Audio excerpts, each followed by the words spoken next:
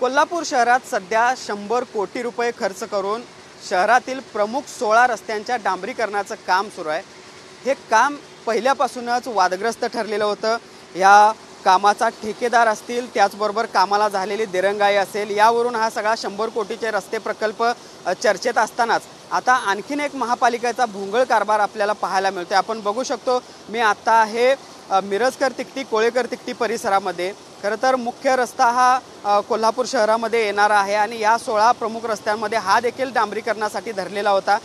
डांबरीकरण पूर्ण करून जवळपास 2 दिवस पूर्ण होता ना होत आहेत, तोपर्यंत महापालिकेनं पुन्हा एकदा या रस्त्यावर खुदाई केलेली आपल्याला पाहायला मिळते।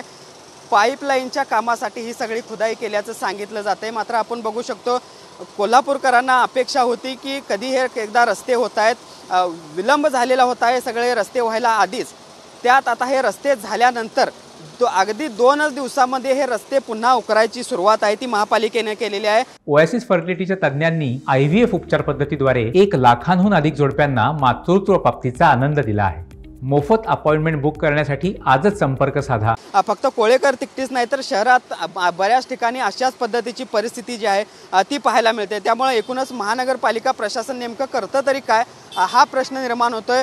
खरं तर हा सगळा रस्ता डांबरीकरण केला जाणार होता, त्याचवेळी या ठिकाणची पाईपलाईन असेल, त्याचबरोबर ड्रेनेजची सिस्टीम असेल, याची व्यवस्था करणं गरजेचं होतं। त्याची जे काही देखभाल दुरुस्ती आहे ती वेळीच करणं गरजेचं होतं, मात्र ती न करता थेट डांबरीकरण केलं गेलं आणि त्यानंतर आता अवघ्या 2 दिवसामध्ये हा नवीन केलेला डांबरी रस्ता उकरण्याचं काम महानगरपालिकेनं सुरू केलेलं आहे आणि त्यामुळे एकूणच हा महापालिकेचा भोंगळ कारभार चव्हाट्यावर आला आहे असं म्हणावं लागेल। एकूणच आपण बघतोय, कोल्हापुरातील हा रस्ते प्रकल्प पहिल्यापासून वादग्रस्त ठरला। आता जून महिना उजाडत आला तरी ही सगळी कामं पूर्ण झालेली नाहीत। अशा पद्धतीची एका बाजूला चर्चा सुरू असताना आता जे रस्ते झालेले आहेत ते पुन्हा एकदा खुदाई करण्याचं काम महापालिकेनं सुरू केलं आहे आणि त्यामुळं या सगळ्या एकूणच महापालिकेच्या कारभाराचा नागरिकांमधून मात्र संताप व्यक्त होतोय।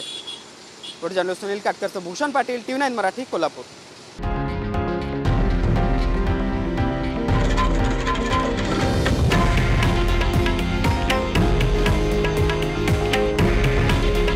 हे आहे देशातील नंबर 1 न्यूज नेटवर्क आणि आपण पाहत आहात TV9 मराठी।